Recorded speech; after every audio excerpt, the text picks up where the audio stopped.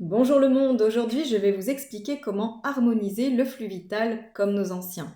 Alors en tant qu'énergéticienne, je pratique le magnétisme traditionnel européen, mais également le Reiki, donc une pratique orientale.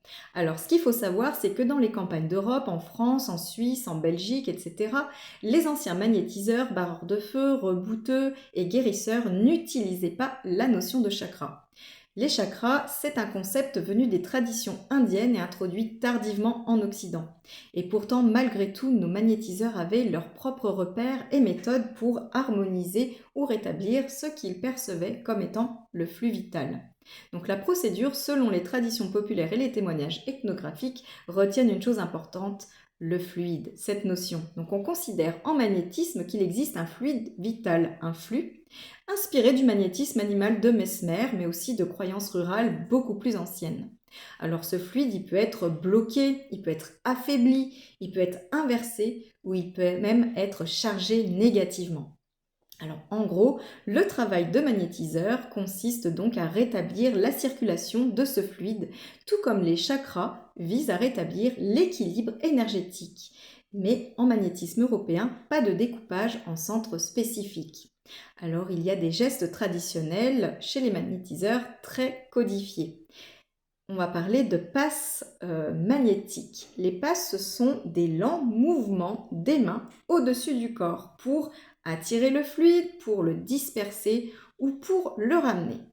Alors ces passes, elles ont également des directions symboliques. Vers le bas, c'est pour faire descendre le feu, calmer. Vers le haut, ça va être vraiment pour dynamiser. Alors l'imposition des mains, c'est vraiment placer ses mains sur une zone douloureuse pour donner le flux, pour absorber le mal. Il y a aussi le souffle chaud ou froid. Donc selon la tradition, le souffle chaud sert à réchauffer le fluide et le souffle froid permet de calmer ou écraser le feu. Dans cette tradition, on va également utiliser la prière, les formules, les intentions. Donc les rebouteux et les barreurs de feu utilisent fréquemment des prières chrétiennes, des formules secrètes, des incantations chuchotées, des paroles de pouvoir. En tant qu'héritière du secret de ma famille, je pratique ainsi. Mais j'ai aussi une formation en Reiki, donc pratique orientale, et je vais mixer ces deux techniques pour un peu de précision, pour une appréhension du soin un peu différente. Voilà, je vais vraiment créer mon syncrétisme énergétique. Alors, dans le magnétisme traditionnel européen, les paroles servent surtout à focaliser l'intention. C'est vraiment un élément central du magnétisme, même dans le magnétisme moderne, c'est très important. Donc en magnétisme traditionnel européen, à la différence des pratiques énergétiques comme le Reiki, on va utiliser surtout les sensations corporelles plutôt qu'une vision énergétique systémique.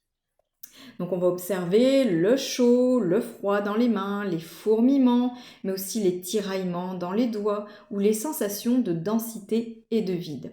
Alors parfois en Reiki, on peut avoir aussi toutes ces sensations, mais ça c'est vraiment propre au magnétisme européen. Donc c'est vraiment une forme de perception intuitive et pas une lecture de centre d'énergie.